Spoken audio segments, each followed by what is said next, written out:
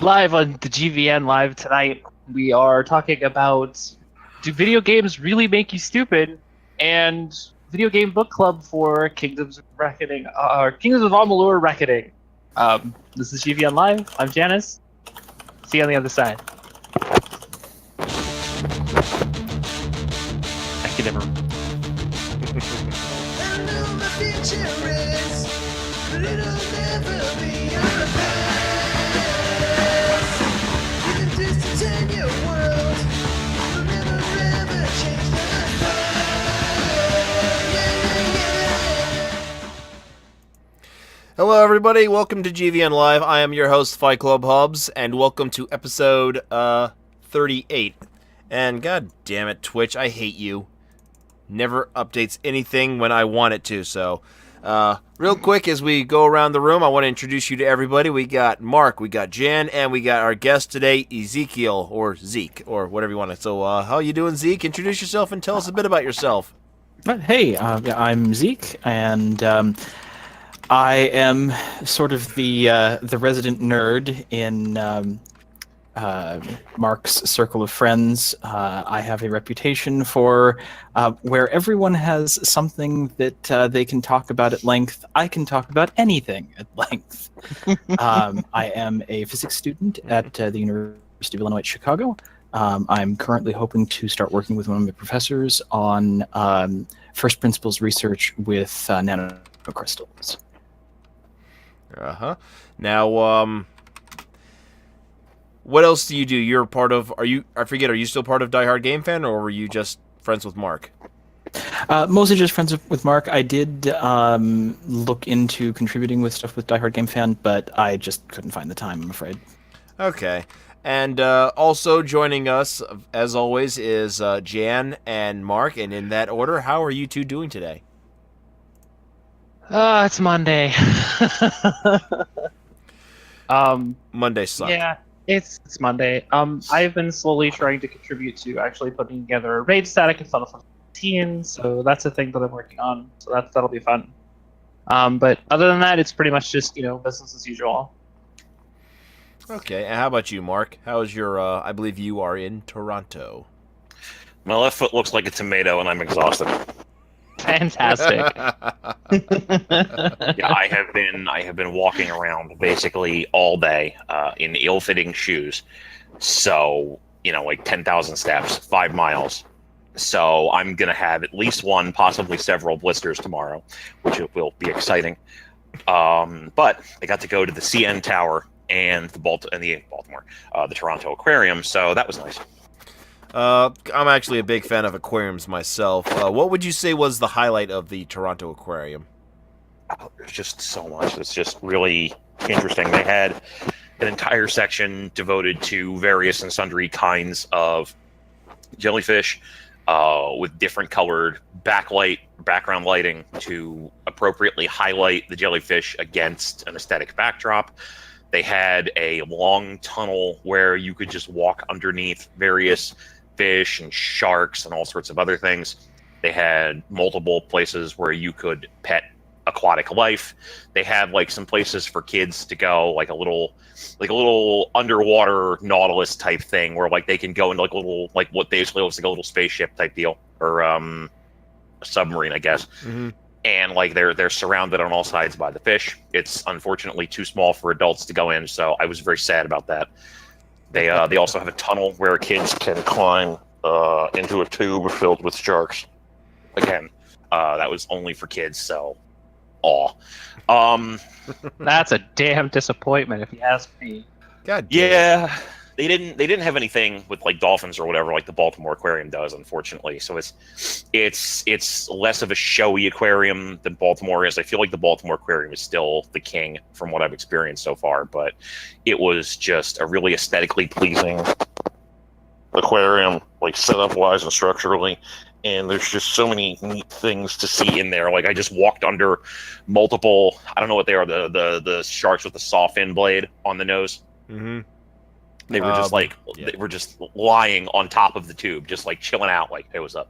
That's cool. Okay, so we've got ourselves an interesting show that we're going to be doing today. We're bringing back the book club. We're going to be talking about Kingdoms of Amalur, and then we are going to jump right in and dissect this recent report or study that came from this just out of the blue place. Where was it? Where did it come from? Scientific American Mind. The Daphne Bavelier of the University of Rochester and University of Geneva. Or no, that's something else. I'm sorry. That's the other study I was just looking at. Whoops. Anyway, we're going to be talking about whether or not first-person shooters really make you stupid. So, we'll just jump right into the book club. Shouldn't be that long of a discussion. So, Kingdoms of Amalur. This is actually something we touched on. The parent company and the subsidiary that made the game, Big Huge Games. Kingdoms of Amalur is a third-person action-adventure RPG where you take, the role of the chosen one, comes back from death, to pretty much solve the problems of the world, destroy the unknown evil that is invading the land, and yada yada yada.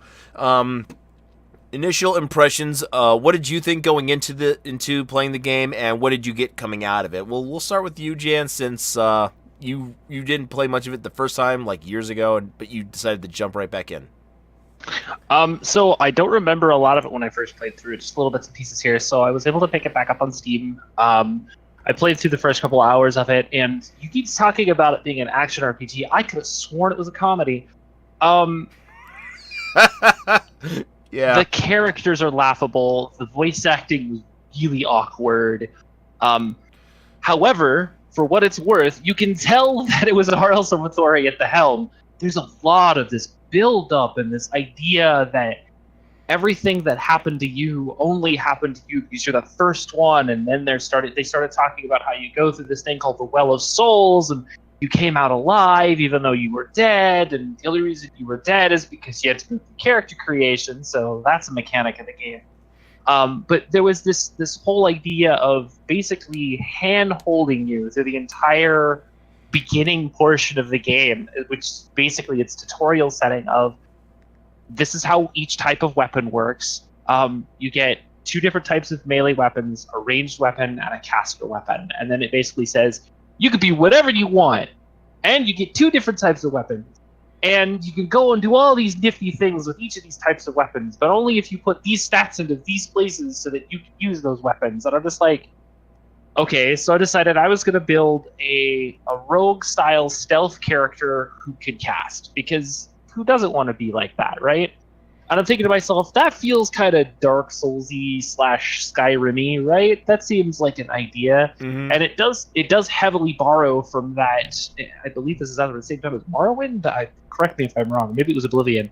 But it uses that same style of Elder Scrolls stealth, where it's got the eye over each individual person, letting you know if that person can see you, and then you can walk up and stealth kill them. And I mean, it's got Skyrim a lot has of that. really.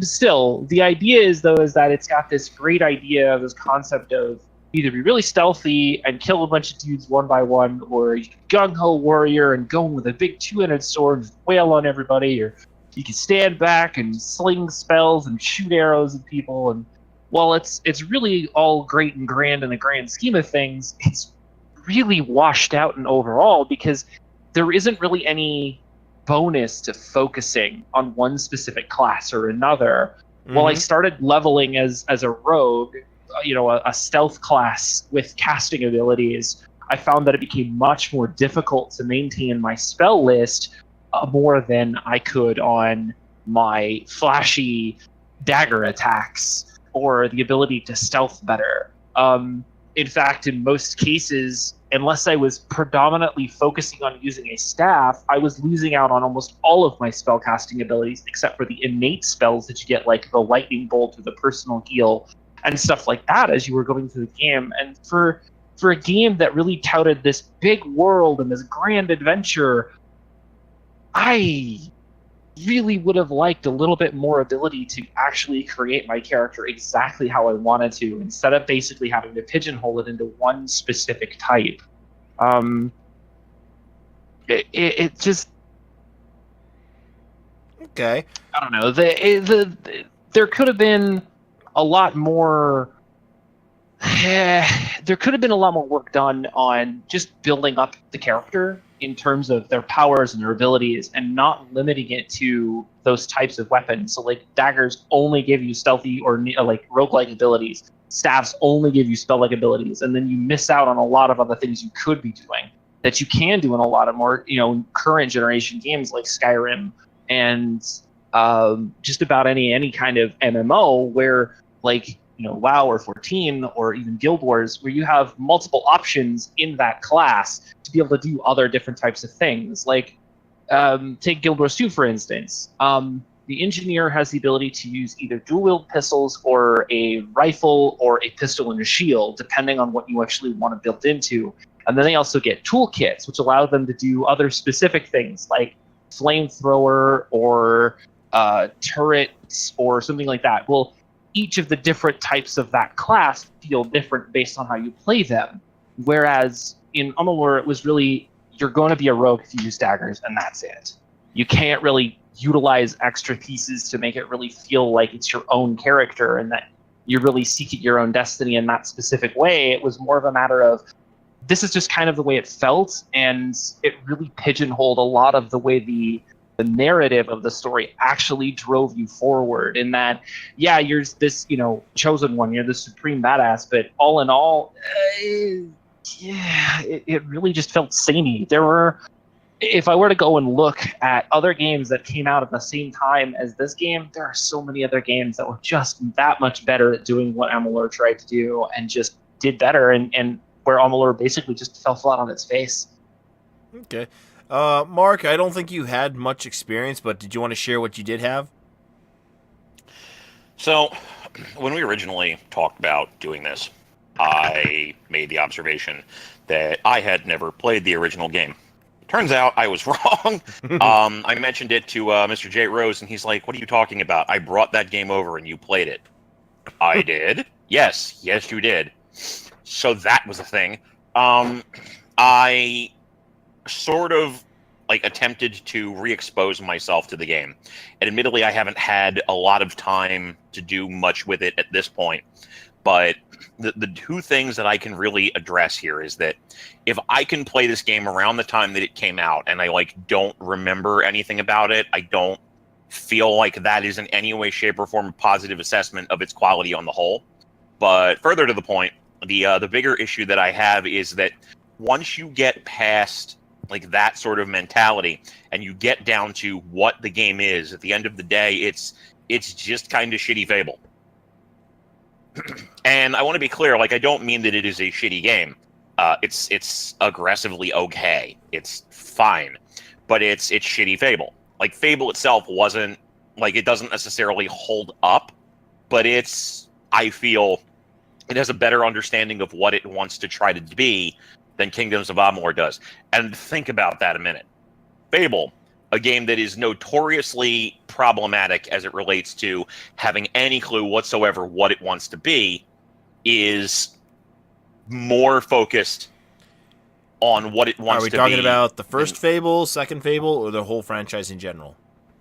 The first two. I would say the whole franchise in general, but 3 is as close to objectively terrible as a subjective metric can possibly be. That game is just the dirt worst. But no, the first two. Fable 3 existed? I don't remember that game. It's the one where you got to hold hands a lot. That's what I remember about that. So the first couple of Batman games, gotcha. Basically. It's Fable 3 was terrible, but Fable 1 and 2 don't necessarily hold up, I don't think. There's, a lot of, I guess we could say, technical advancements that have come in the wake of those games coming out that have improved what we can do in that particular environment. Mm-hmm. But I do still feel like going back and looking at those, you can at least kind of sort of see what they were going for. Kingdoms of Amalur feels even less focused than Fable did. Mm-hmm. It's not bad. It just feels like you definitely feel the fact that there was just all of this design cruft associated, and that there were all of these problems with getting a unified vision and getting the money onto the paper and so on and so forth. Like, it's not a bad game, but it is clearly a game that needed somebody who was better at micromanaging the project than it actually had. Okay. My initial reaction after playing the game, I actually played for a good chunk of time, and then when I was upgrading my computer, I had some issues with my save file. I managed to recover my save file finally a few years ago, and then I just started playing the game again. And as weird as this may sound, I kind of disagree with your initial assessment, Mark, in that the game, to me, holds up pretty well in regards to what it offers. Yeah, sure, you got the first 5 hours of the game, which are pretty slow for a type of game that Kingdoms of Amalur is attempting to be. But I would say the game really opens up in both its combat, its game's story, and its lore, really around the 10-hour mark. And I guess at the same time when you play, some of these RPG adventure games, you expect things to start opening up a little bit sooner than that to keep you invested.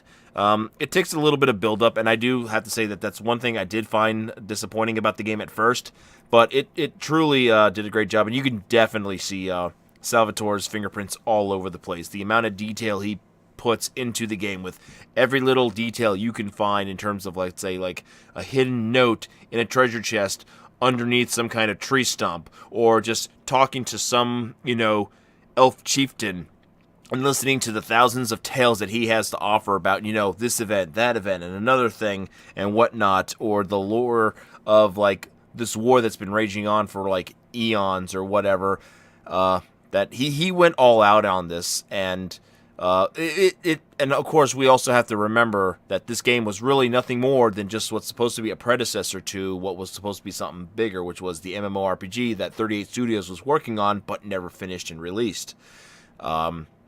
Because bullshit happened, and we talked about that on the last show, I believe.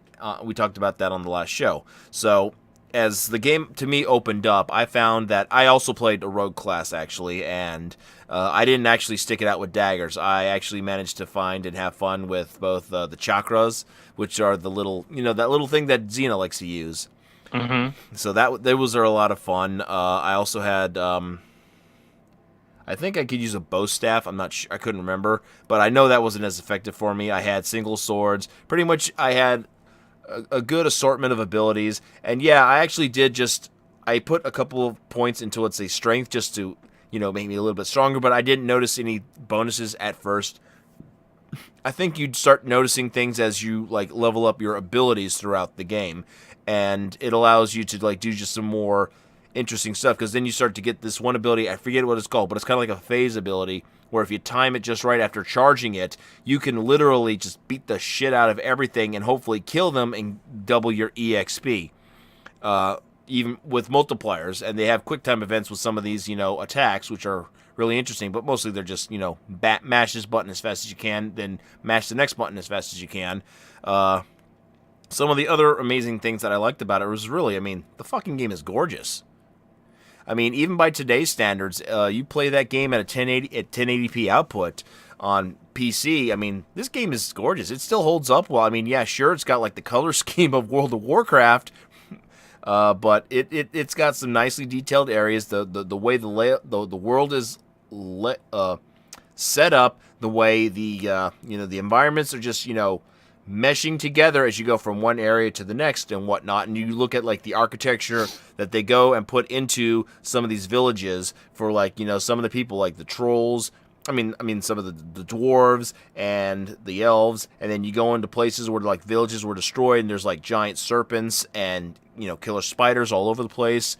It's just it's well done. And not to mention some of these other places I really enjoyed about the game was just like, just the random dungeons. Like, again, like the MMO feel to the game, where you have the dungeons that you can just go in and, get that little bit of loot at the very end, which is real nice. I would say, though, that, yeah, there were some things that don't work out for me. Like, I don't like the fact that when you're in combat, you lose the ability to have a free-looking camera. And actually, I don't think there's a free-look camera at all.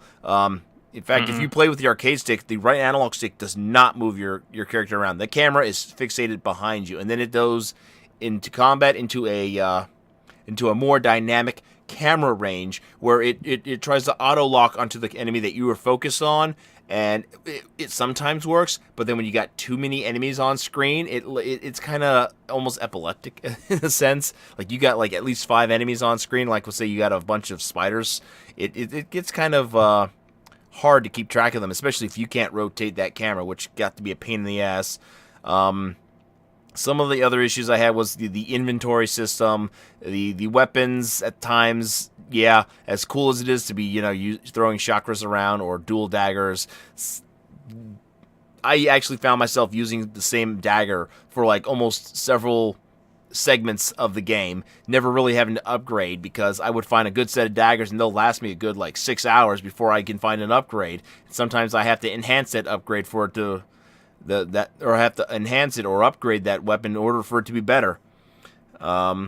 And then there's like you said, the voice acting. The voice acting was totally not on point. So by today's standards, I would say it's on par with Fable in that it actually has a better idea of what its identity is. But in terms of like gameplay and what it knows on what it gives you to work with, Fable definitely beats it out in that regard. So, any thoughts on that from you guys? We'll start with you, Jan. Well, I would agree that yes, the game does look pretty. I also think that it depends on the console that you're playing it on. If you're playing it on an actual console, if you're playing this on yes, I can agree on with that. PS3 or Xbox, there's going to be a little bit of hush hush. Things kind of don't look as good as they could. But if you're playing it on PC, it was absolutely, positively meant to be played with keyboard and mouse. I tried it both ways, and the same thing on that. The issue that you had with the camera being an issue. The second I moved over to keyboard and mouse, I could move my camera and just keep it behind my character the entire time. I could see where everything was. I could dodge back and forth between the enemies as I needed to, and I can just hotkey directly because I'm using an MMO mouse. I can just hotkey everything directly to my MMO mouse, and boom, boom, boom, all my abilities just go off when I need them to. It really smooths out the entire actual play experience enough that it made it, playable beyond the first couple hours for me. A lot of the game itself can look decent. The fact that they were going for what basically feels like an Elder Scrolls / BioWare epic really is what threw me. My biggest gripe is the fact that they basically used the menu system for cutscenes when you're actually doing conversations with people. They did the exact same thing as BioWare. So you have a radial circle of all of your items and things of that notch. Where it has the ability to basically say, hey, I'm going to do these things, but as soon as you get to the I'm going to ask you more questions, it went to the Skyrim list. And I'm like, what the hell just happened to my UI? Like, it's such a jarring change when you're talking to somebody that it completely throws you to a point you were like, but how do I get back? How go back? Because that was better, but now it's not there anymore, and I'm like, I don't know what to choose. So then you have to go through every single option. So there was a lot of talking in the early first few hours where I was just like, this is really drawn out. And it really feels like that the idea and the focus of the game was to tell the story. And like you said, there's plenty of places where you can go and find extra lore, but let me tell you, when you're playing a game like this, unless this is your 4th or 5th playthrough, which... that's pushing it for this game. You're not going to find all of that right off the bat. In fact, most of the stuff you're not even going to know exists because you're just not going to go out of your way to try to find it. You're going to, unless you are a Soulsborne player, you are not going to roll through every single box and every single corner to try to find literally every treasure chest in every dungeon and every note in every tree. It's just not going to happen. And you're going to miss out on a ton of actually not terrible story.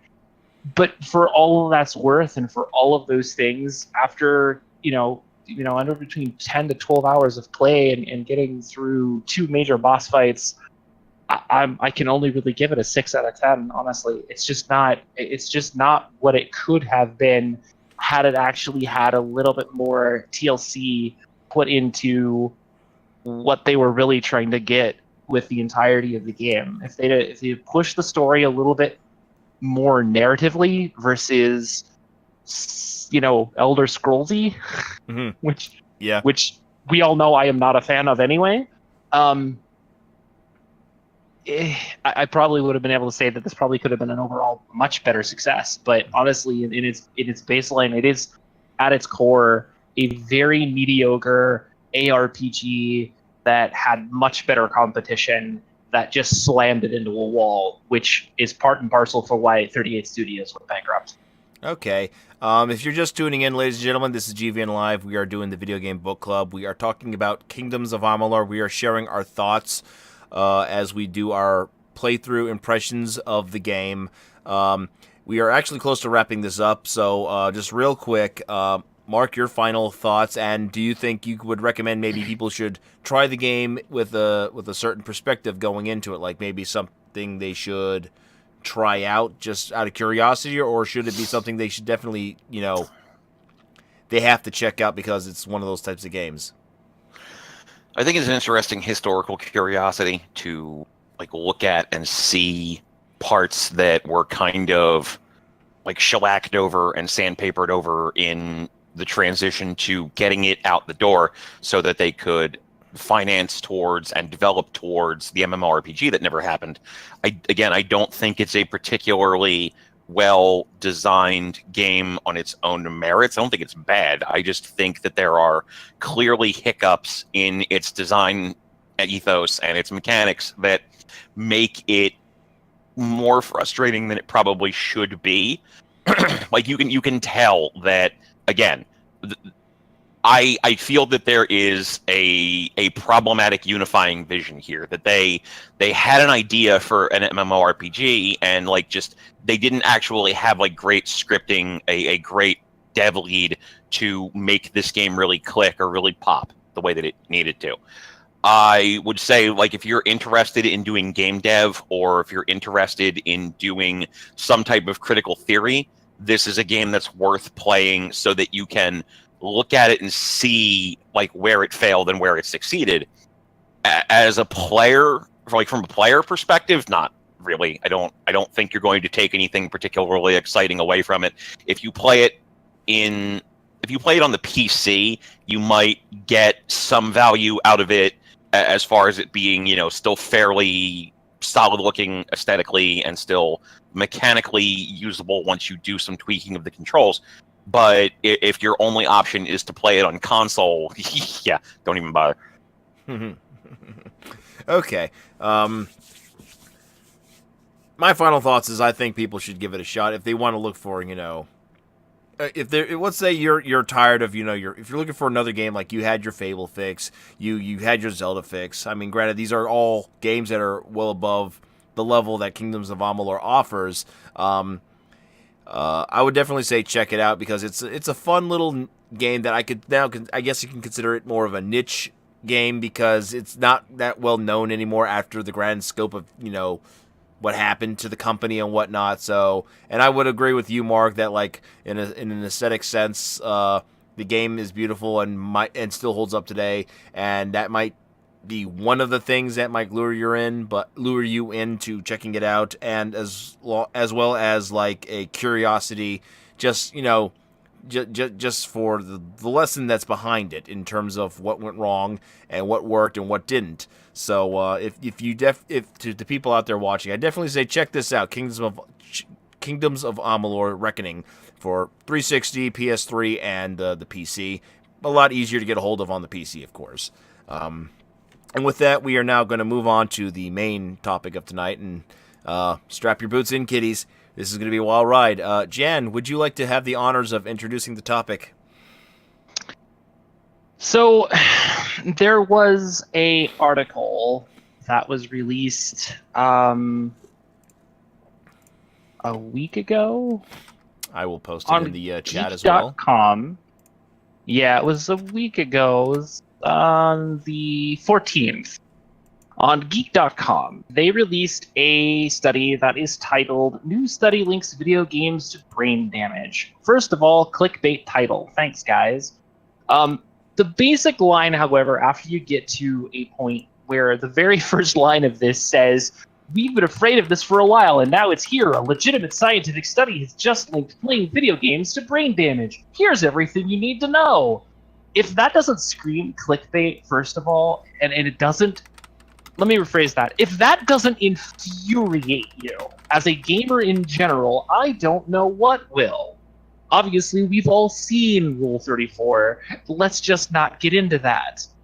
It goes on to talk about how a group of scientists went together to both from the University of Montreal and McGill University co-published a paper in Molecular Psychiatry that displays a link between first-person shooters and the loss of gray matter in the hippocampus, part of the brain. Now, that's the part of the brain that handles the consolidation or the movement of your short-term memory into your long-term memory, as well as spatial navigation, which basically is your ability to navigate in a specific space. It goes on to talk about how if they continue to play, the FPS group started having a lot of habit-forming things that made them go to the exact same places every single time. Whereas then they talked about how the control group, which is supposed to be doing basically the same thing, which is basically actual medicine versus placebo, or at least I thought, instead of playing other types of first-person shooters, like, say, for instance, one that have evolving maps or have maps that don't require you to actually play against other players and play against the environment, such as instead of playing, say, Group A is playing CSGO, whereas Group B is playing Destiny 2. While they may not still be the same game, they are still both first-person shooters, but one has static maps where the other has an evolving map, where different types of things can happen. No, they had them playing Mario. And I'm like, first of all, I don't feel like there's really any way of being able to get an accurate result about how the two types of games, which aren't even the same, because one is first-person shooter, the other one is third-person action platformer, how that actually ends up working in the long run, because you're really not getting the same basic information from both the test subjects and the control subjects. I read a little bit more of the actual article. It's peer-reviewed. It has a lot of reviews on it. There's tons of resources that they use for a lot of this. But they also state that this is the first kind of test of its kind, and they haven't really gotten a chance to do much more and would like to see additional and more conclusive results with something like this. Here's the thing.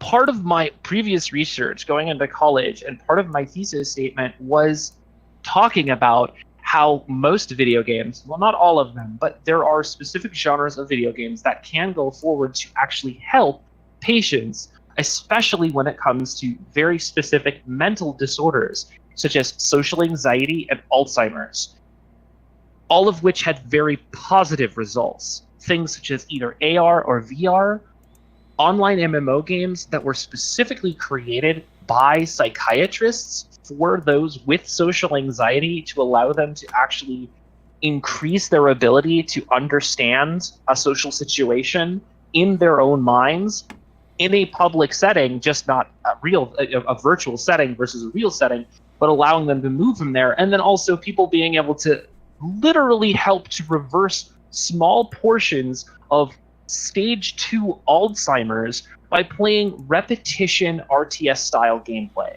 So having something like this come out with a clickbait title on a clickbait website, I'm sorry, Geek.com, I don't know your credibility. I don't really read you, but I'm pretty sure that's not the way you want to start off a letter to basically say, hey, guess what, everyone? Video games are bad anyway. It just doesn't seem like it really holds a lot of credibility to the actual scientific study. And while the paper itself holds a lot of credence, it does also state right in the very early onset of the paper that this is a very first of its kind study, and it really doesn't have a lot of holding up of water where a lot of other studies have been done multiple times in the same kind of a field showing many, many positive effects to show that really something like this is a lot more damning to just the general consensus versus the actual scientific credibility of the actual study. Okay. Zeke, you want to chime in on here? Because I think you have a lot to say as well. Yeah, I do actually want to interrupt here. Okay. I really hate to be this guy, but I do need to note this article didn't come out a week ago. It came out in August of 2017.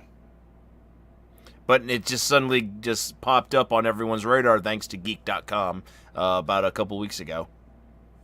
Okay. They must have relinked No, it. 'cause the article Geek.com was- actually Somebody- states that the article was originally posted 8/14 of 2017. So this Yeah, is an older article that this somebody is an just old article. happened to find.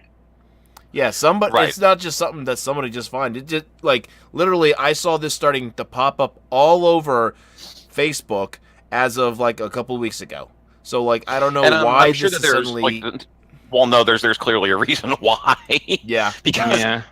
look, at the risk of being slightly political, our dipshit president is talking about video games be bad.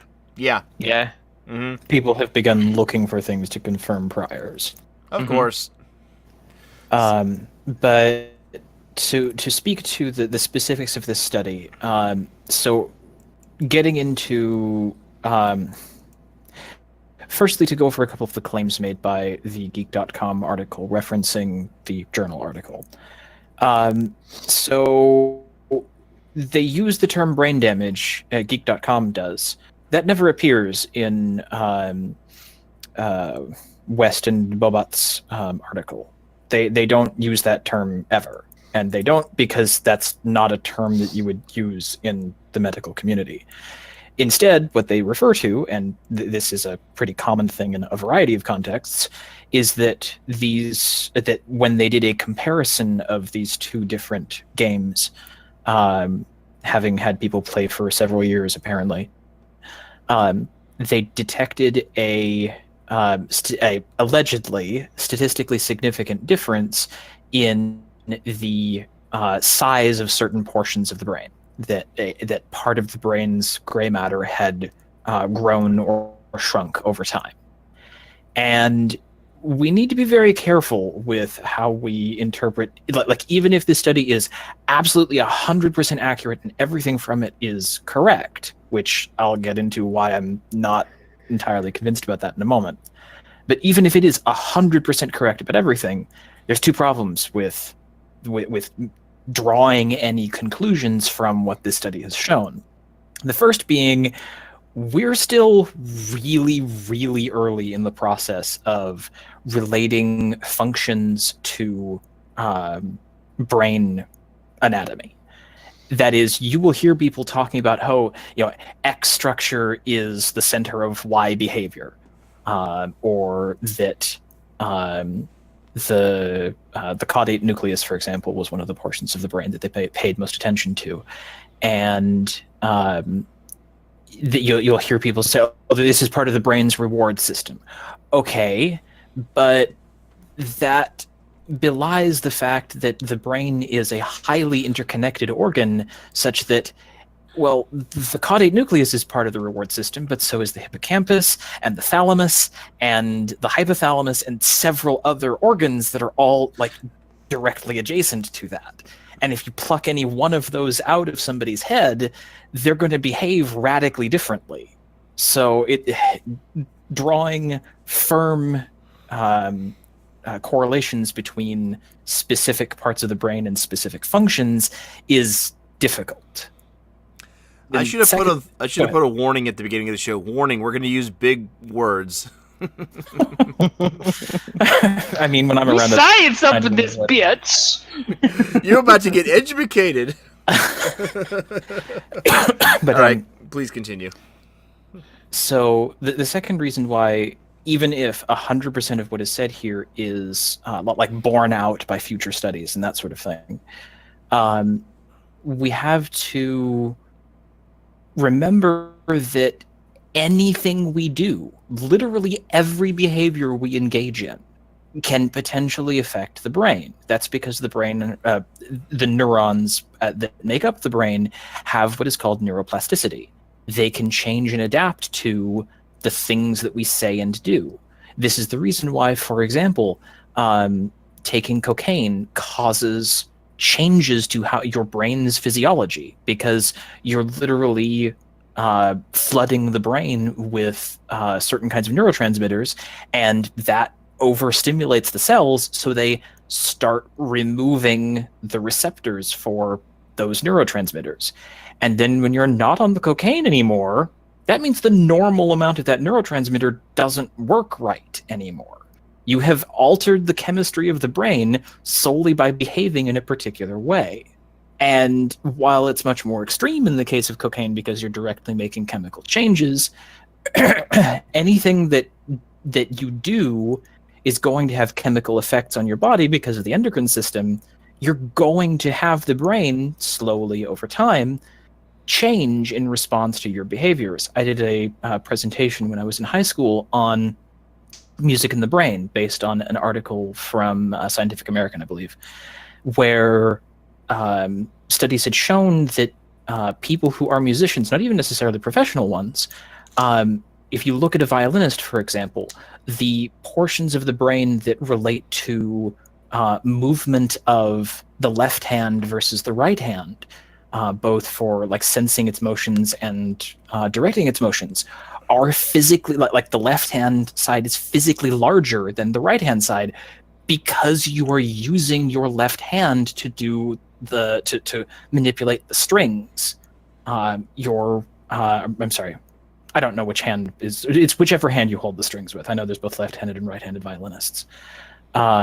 Whereas the hand that holds the bow, you're not doing any special fine movements with that. You're moving your whole arm. And so there's no special modification to that because you move your whole arm all the time.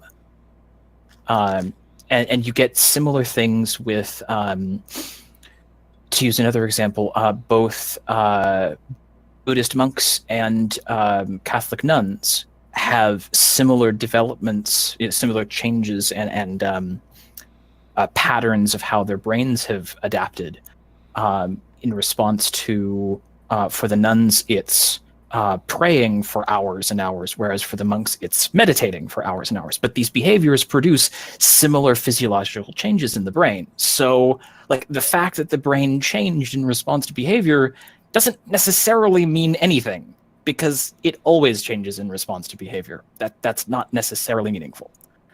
But, like I said, that's assuming that this study is perfectly applicable and that future studies will exactly bear out everything that they concluded here. I'm not entirely willing to give them that. And there are several reasons for that. One of the first is, and this is going to be even more technical than the stuff we've gotten into before, so I apologize if your eyes glaze over here, but when you do scientific analysis of any kind, when you're publishing papers, you have to do statistical analysis to show that your results actually have meaning. A single observation doesn't tell you anything. It's by collecting a sample of data and then showing that if the null hypothesis held true, this particular sample would be so unusually weird that we have to say, well, no, like keeping the null hypothesis is more unlikely than that it didn't happen. And that's not a great way of explaining it. But the reason we phrase it that way is statistical analysis cannot demonstrate that a particular statement is true. What it does is, if you're comparing the means of two things, the averages in common terms, if you're comparing the mean of two things, the null hypothesis is usually the two means are equal to each other. And if you get a result from your test that shows that the means are within a certain range of one another, defined by how precise you want your test to be and a couple other things, then that's basically like, well, the null hypothesis could be true. Like, that's what sample you got is reasonably compatible with the null hypothesis being true. And then you really can't say anything. You got a null result. But if you get something that's really, really divergent, so like if you were comparing, say, the average age of two populations, and you got that the average age of the first was, say, 12, and the average age of the second was 87, those are so far apart that even if you were assuming pretty stringent standards, those are probably not the same, but in a different context. Just to clarify here, null hypothesis for the folks watching at home essentially means the hypothesis that says that both of the stuff matches up. Usually, the null hypothesis is context dependent. It depends both on like what kind of data you're looking at and what kind of test you're doing. But like the null hypothesis can also be maybe you want to say that a particular set of data is distributed on a bell curve, or you want to say that it's distributed flat, that everything has exactly the same probability. You can do a goodness of fit test to say that, like, if you do this test, then either you cannot reject the null. You say, well, the null could be true, or it could not be. I don't know. Or you can say, no, there's no way the null is true. It has a less than p-value chance of happening. P-value is the key thing that is almost always used as like the final statistic. P-value is essentially, this is the probability that we would get this particular result if the null hypothesis were true. It's a bit more complicated than that, but that's a good shorthand. So for the purposes of this particular study, let's say, the null hypothesis would be people playing first-person shooters and people playing Mario will have a roughly similar result to their hippocampus, one would presume. Yeah, their brains show no significant difference in how they have changed over time. And the p-value would be that there's some significant numerical value difference in terms of what changes occur, or there's some visual difference depending upon how they're testing it. Since there's a size difference to the hippocampus, it would be like the shrinking or the growth of the hippocampus would indicate that there is a significant effect. Like your p is the shrinking or the growth in this case. Yeah. Okay. But it's a little bit more complicated than the usual statistical result because they're looking at three-dimensional change, which means they're not testing one variable. They're testing three variables, x, y, and z. And the thing is, that means that their p-values are going to be a lot smaller, which usually small p-values mean something is significant. But that means they have to do a correction on them to get them to conform to the usual way that p-values are used. Generally speaking, in scientific disciplines, the common standard is a p-value of 0.05, 1 in 20. If you can show that the p-value is less than 1 in 20, then that means that the odds favor the null hypothesis being incorrect. And the thing is that they use uncorrected p-values in some places and corrected p-values in other places. That's not necessarily like bad science, but it does mean that they may be milking something out of this that isn't necessarily there, and further studies may show that they can't replicate it. From a scientific perspective, would we consider this maybe a sign of what is called p-hacking? Yeah, it's unfortunately, science is still a social discipline. It's something that humans come together to do, and that means that it is subject to social pressures. Among those social pressures include people who are familiar with scientific publication may have heard the phrase publish or perish. That means that if you're not continuing to contribute to the scientific literature, you're basically dead as far as science is concerned. And you will find it much harder to get a job. You will find it much harder to get publishing again, as stupid as that is, meaning if you don't publish, you will find it harder to start publishing. And further, though, there are also purely human social pressures towards certain kinds of results. We usually don't publish negative results on things because negative results aren't very interesting. As I noted earlier, when you don't have a p-value that is within whatever range you're looking for significance, that you can't say that the null hypothesis is true. You can only say you weren't able to reject it. But that means that you haven't changed anything about human knowledge. You've just showed that you couldn't answer a question. I got That's a quick not question. very interesting. Go ahead. Okay. You did say that there's pretty much no incentive to post. Is there no incentive to really posting negative results? And in which case, is there really even a reason why these people went ahead and posted pretty much a study that had negative results in regards to the Well, okay, brain study? I do want to clarify. When you say negative results, you don't mean bad results. Yes, when I say Oh. negative results, I mean results that don't produce new knowledge. That they're just, we couldn't show anything.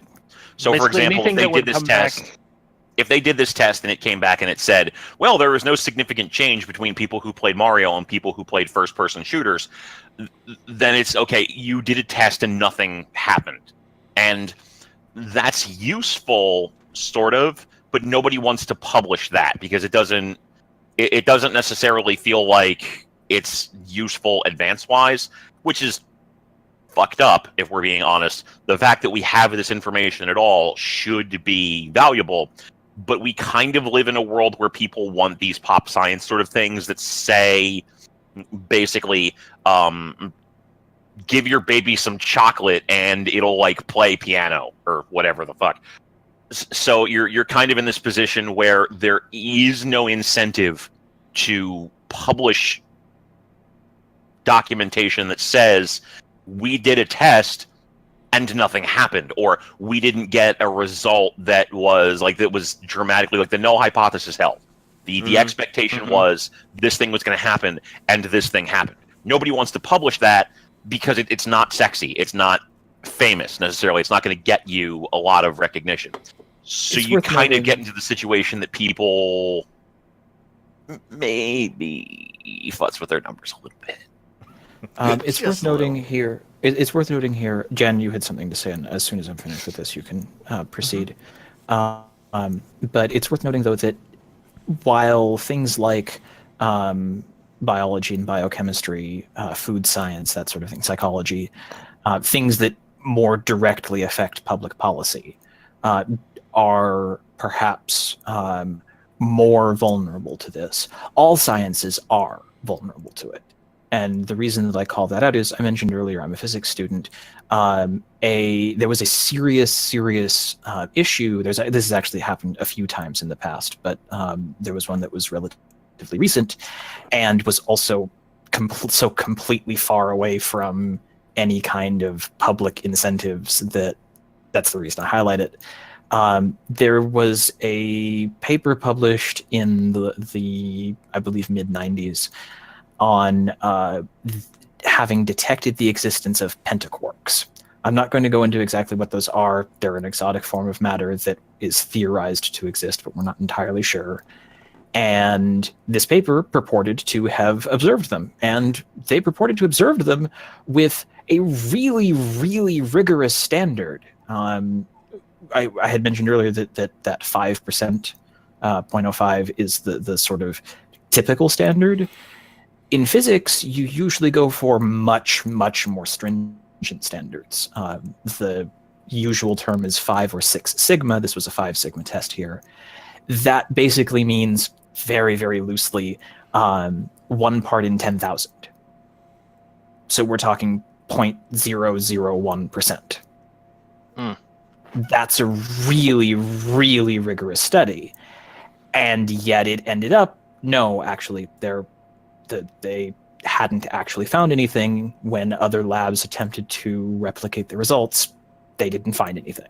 These were reputable scientists doing good work who had data that appeared to indicate something, and it wasn't borne out. Unfortunately, this ended up damaging their careers, and the thing that we were looking for basically became like taboo as a physics subject, and people stopped looking into it for about 15 years. It was only in the past 5 or 6 years that people started looking again, and another group has since found evidence that looks pretty good. So, like, this is what I mean by these. There are social pressures, and not all of them are strictly related to politics. Now, you were saying something, Jen. Basically, like, from what everything is, based on what we're saying and how this sort of just like correlates back to the idea of brain changes or mental changes or even just a correlative change between your behavior while you play different types of games tends to be a little bit more subjective based on the game that you're playing.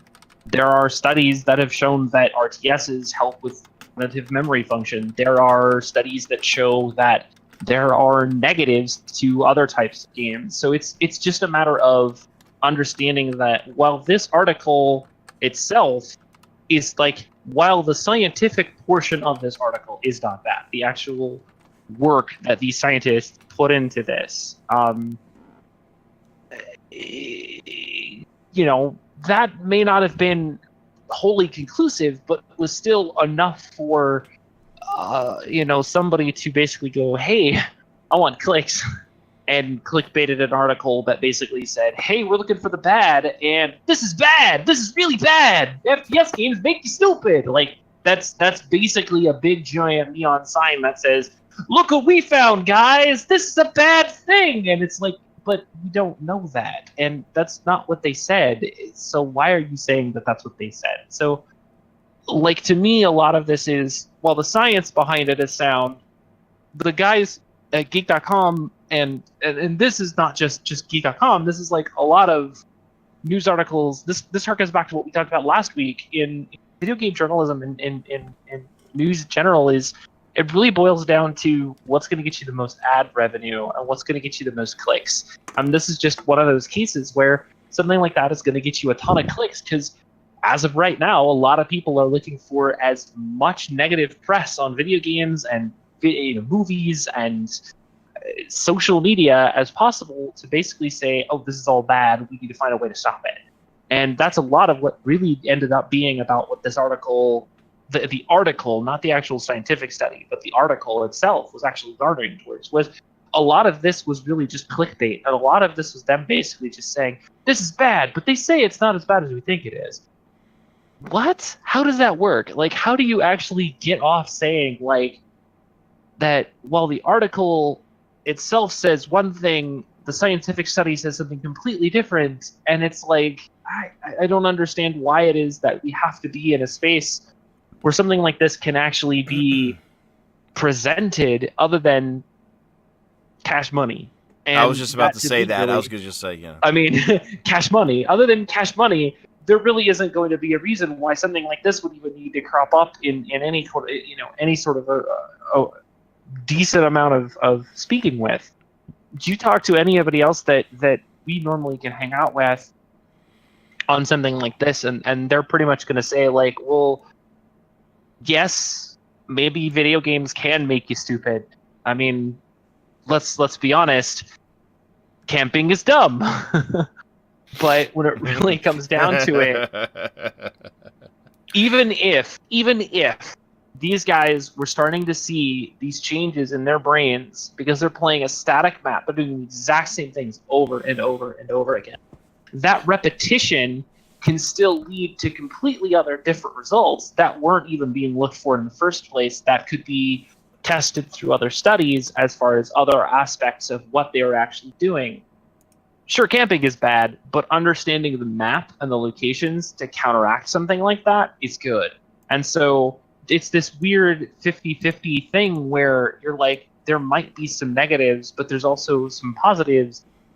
That's what we need to focus on, versus game X causes damage, game Y doesn't.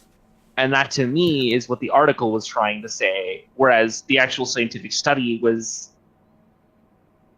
way out in left field. It had far, far weaker claims and was... it wasn't saying what the Geek.com page described it as. It was making a much less dramatic claim than the Geek.com page made. Mm-hmm. And it was mostly saying, like, this is really just showing that, yeah, video games do have effects on the brain. What does that mean? We need other people to find out. And it would have been great if that's what the article actually said. Sadly, Science But- reporting is and always has been, and probably for quite a long time yet will be, incredibly terrible at translating any form of scientific study into something consumable by the average person. Extremely subjectable, right? Very. Well, it's this happens an awful lot actually with physics stuff, partly because physics is really complicated, and so it's how do you get the everyday person to understand what a wave function means when you literally take a full year worth of class just to be able to say what wave functions mean. People do cherry picking. Right. And it's there is, as someone who is very passionate about science and becoming a scientist myself, I feel that scientists have something of a responsibility. We need far, far more people like Neil deGrasse Tyson, like Vi Hart, like, Bill Nye. Bill Nye, though frankly some of his stuff of late has not been nearly as good. No, True. he sounds more like True. he's just taking stuff from other people. Well, But, when you get old. Well, Bill Nye is just trying to advance scientific understanding. He's not necessarily He a is- scientist as such. He's a television host who wants to advance science Right. I don't- He is basically hate- the face. of pop science, of Pop of science, science I at the will moment, take of like that. young science. I don't Yes. I Science think is that hip. he's corny. I think that he's corny, but I think he was always corny, so I'm not mad at what I he's mean- doing now. But at least he's Now- not Beekman's World. Oh boy, we're not even gonna.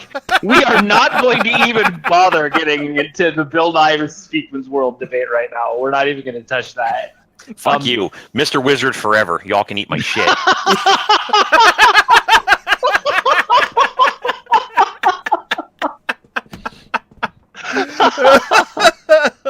Look, all I'm gonna say on this is I have a personal claim in Bill Nye because I actually met the guy because he was on the same biking team as my uncle. So that's my stake on that. So thank you very much. There you go. All right, so any final thoughts on this article and on the study itself? Any parting words that you want to maybe take from other articles that studies that contradict this? Mark, you want to go first? I think, like Zeke really got to the core point of it. The only thing that I would have to add in at the end of the day is when an article comes out like this, and this is something John Oliver has said. This is something that lots of other expose people have said, but it really bears repeating. When an article comes out like this, always be certain to look at the link of the study and read what they actually said. If you aren't scientifically minded and you don't get it, find somebody who is and have them explain it to you if need be. Read up on it, do research, whatever you got to do, because 9 times out of 10, the thing that they are saying in that study is absolutely not the thing that is actually being said in the article that you're reading at that moment. I'm one of those dumb people, and I'm surrounded by smart people all the time, so I ask questions. I mean, I feel like that's mean, but fair enough. Mark, compared to some of the shit you say about me, that's actually a compliment. Yeah, but I don't mean it. Look, there's a difference between being an asshole and being an asshole because we're friends. Let's just get that on the open. Yeah. It's like, I I'm an don't think asshole, me- but I'm not an asshole. I don't say mean things to you because I mean it. If I meant it, oh, you'd know. Oh, you'd know. Oh, Yeah. you would know. All right, how about now how about At the end of the day, I Yeah. think it's worth noting that, especially if it comes to a situation where, basically they're kind of saying a certain kind of video game makes you dumb. As much as we would like to, in our heart of hearts, believe that it's secretly true that Call of Duty and Halo fans are stupider than everybody else out there, listen, that's no. Especially if it plays into No. stereotypes like that, especially if it plays into preconceived notions about bro gamers and things of that nature, or anything that you would think about and go, that makes perfect sense. anything that like shits on an out group you don't like, take it with several grains of salt. Unless that game is Leisure Suit Larry box office bust. You're stupid if you even play that. Go fuck yourself. I beat that. And you said that game is terrible, so I don't want to hear it. All right, but I'm not stupid for playing it. I just make bad life choices. it's You're stupid for playing that. Just take the L, Mark. Sorry. Well, listen, I played it so you don't have to. There you go. There you go. Also, my friend Shannon is watching this, and she just said, "Yeah, Mr. Wizard." So you know what? Fuck you. Wait, is there actually people in the chat talking? Because I'm not seeing anything being said. No, she texted me. She texted me. Oh, okay. That's I was about to say. she's shy. The She chat's never been likes to quiet talk the to last us. couple of shows. It's kind of sad. Any parting thoughts before we end the show? We'll go to our scientist here, Mr. Zeke. So the advice that I would have for any time you're looking at an article like this is focus the most on the abstract, which is the little like brief summary thing at the start, the introduction, and the conclusion. Because for a lot of these studies, the middle part where they actually go into the hows and whys and wherefores, that's going to be almost certainly over your head. Like, I had to look up stuff in order to be able to make sense of this article myself. But if you can digest what the introduction and conclusion are saying, you can usually get a pretty good feel for the kind of claim being made, and often you will find that claim is nowhere near as strong as people make it out to be. Don't distrust something published in a peer-reviewed journal just because it disagrees with what you think. But by that same token, don't trust something just because it was published in a peer-reviewed journal. We have a very serious issue right now with people taking peer-reviewed journals essentially at their word, regardless of what they say, and that's not healthy. It has literally led directly to things like the anti-vax debate. So It was just one person, and it caused a shitstorm, too. Can you believe that? mhm. All it took was just one scientist making up a fucking lie that he admits to 5 years later. Yep. And people still believe it. Yep. So, yeah, just be Science. default to a healthy skepticism. Don't reject everything that you read, but don't accept everything you read either. Be prepared for people to make outlandish claims on minimal information. All right. And any parting words from you, Jan, before we call it a night? Two things. One, in generality, most video games are basically a crapshoot. Like, period. When it comes to when you're really thinking about whether or not something like this is going to help you fix something mentally, or help you with hand-eye coordination, or defunct you because you're a camper. Like, again, these are simple things that you can point out and say, these are the stereotypes. These are the things that people always say. I'm looking at you, Mavis Beacon. Look, just because it's electronic and it's not something that somebody's holding in their hand still means, ooh, fire bad, ooh, you know. There's still a caveman mentality about that kind of stuff because it's still scary to a lot of people. Technology is, in effect, a very scary thing for a lot of people who don't generally understand it. And because of that, there are going to be people who are freaking out about something about how some video games make you stupid, don't play video games. But in the case of, like, a lot of people, like even Miki says it in chat, that in some cases, if you're foreign, if ESL is kind of a thing for you, if English is your second language and you play video games and you learn English better from those video games, spot on. That's gorgeous. I think that's awesome. And I think that's a great way to be able to use it as something that you can both enjoy and use as a tool to understand something. I mean, let's be honest. I do the same thing with me in Japanese. 90% of what I actually know Japanese is purely because I force myself to immerse myself in the language to understand more about what's actually being said, versus just kind of sitting there going, Yeah. Okay. Hello. I don't know what you're saying, but you sound funny. That's not what I'm here for. I'm here to make sure that something like this makes sense to everybody. And that's really kind of the idea behind what a lot of these studies are, especially when it comes to correlation between the brain and video games. Because honestly, I could go on for hours on this kind of stuff because it's like near and dear to my heart.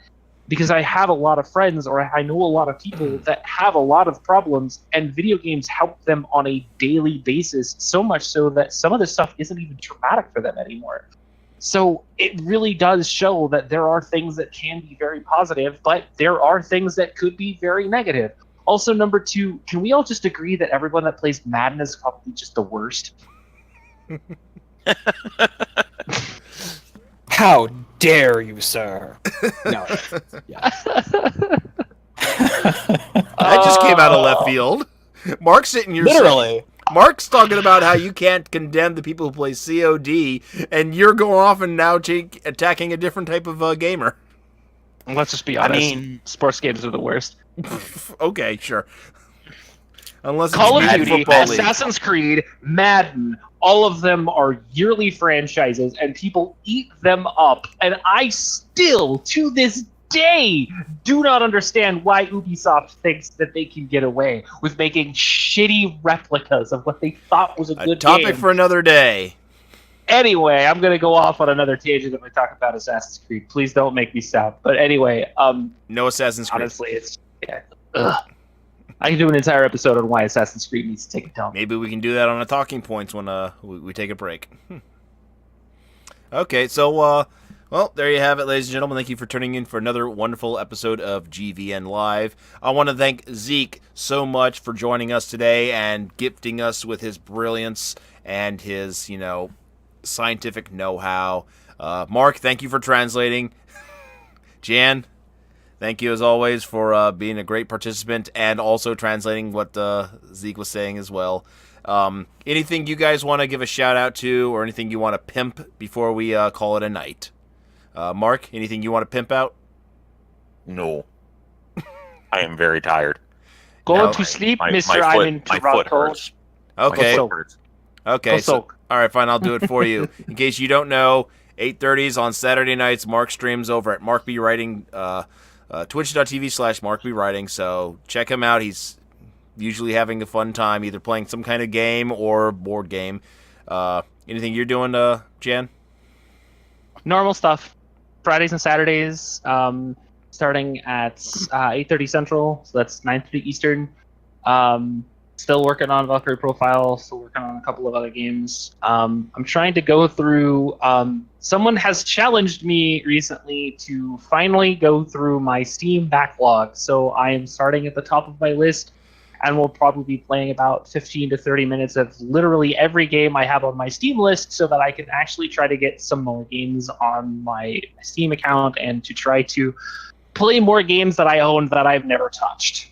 Yeah, that's about me. I got about, 300 games, and I've probably played a quarter of them. I think I've got 280 and I've played 22 of them, so yeah. Gotta get started. Thanks, Humble Bundle, you're the worst. And Zeke, anything you want to pimp out? No, but thank you for having me on the show. Thank you, and it was a pleasure having you on. I really enjoyed hearing what you had to say. All right, so ladies and gentlemen, I'm Five Club Hubs. Thank you for tuning in. Have a good night. Good night. Bye.